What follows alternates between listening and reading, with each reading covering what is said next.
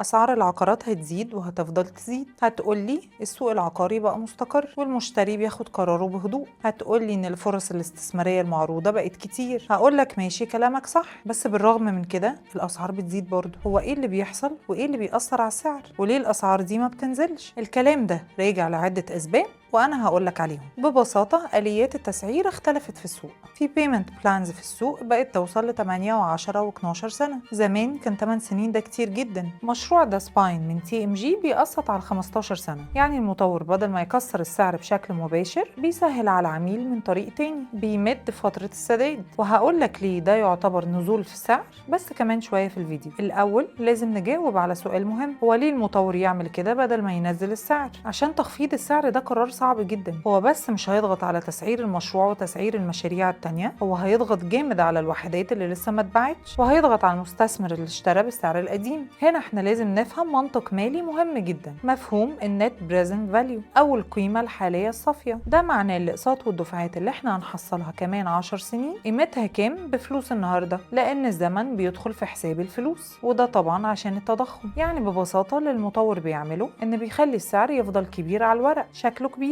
لكن لما بيبيع على زمن أطول هو فعليا كده نزل السعر شوية، وفي نفس الوقت خلى القسط الشهري في متناول الشخص اللي هيشتري، فيقدر ينافس بشكل أقوى في السوق. في سبب تاني بقى بيخلي الأسعار مش هتنزل، وهو ضغط التكاليف اللي بقى كبير جدا على المطور. البنزين زاد ولسه ممكن يزيد تاني، طن الحديد وطن الأسمنت زادوا، خدمات المقاولات بقى عليها ضريبة 14%. كل ده لما يتضرب في عدد العمارات وعدد المشاريع اللي عند المطور بيعمل مبالغ كبيرة جدا، وبيزود من حساسية قرار التسعير. وهنا تغيير السعر بيبقى صعب على المطور. علشان كده المنافسة النهاردة بين المطورين ما بقتش السعر، لكن بقت مين هيوفر أطول فترة سداد. ولازم المطور يقدر يعمل ده من غير ما يأثر على سيولته ومن غير ما يأثر على قدرته على البناء والتسليم. تفتكر الأسعار هتروح فين الفترة الجاية؟